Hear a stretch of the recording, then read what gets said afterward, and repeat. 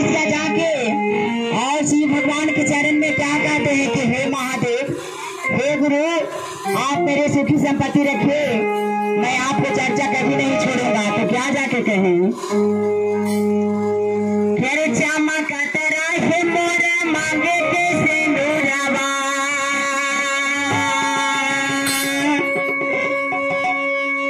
चमकत रहे मोर मांगे के सिंदूरवा,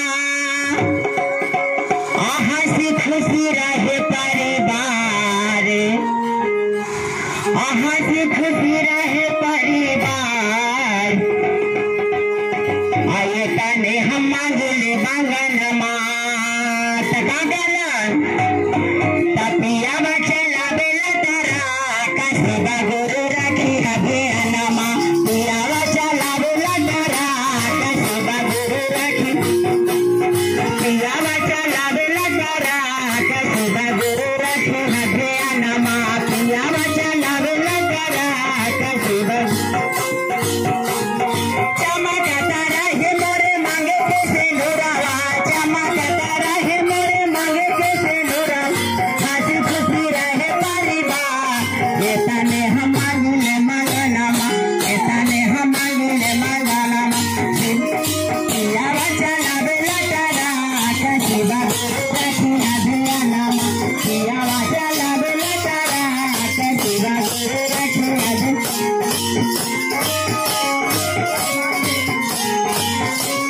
जंगल के जंगल से थोड़ा थोड़ा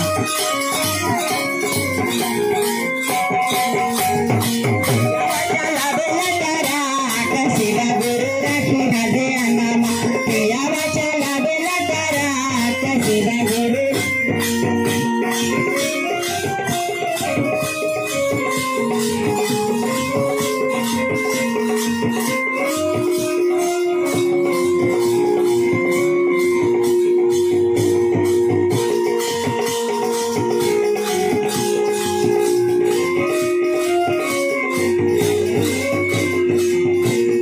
सोने सुराही गंगा जल पानी, सोने सुराही गंगा जल पानी, चरण भुलाए वो तोहार, शिवा गुरु रखी हबे अनमा, चरण भुलाए वो तोहार, शिवा गुरु रखी हबे अनमा, पिया बचला बेला तारा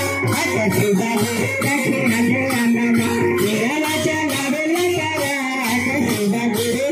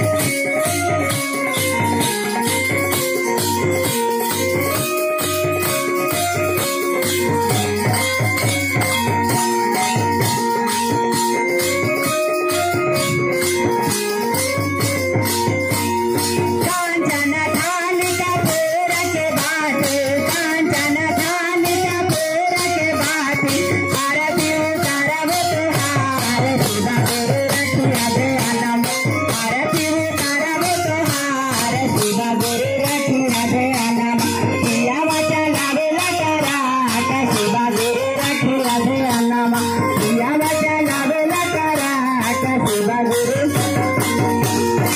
देवाच्या नावेला जरा शिवा गुरु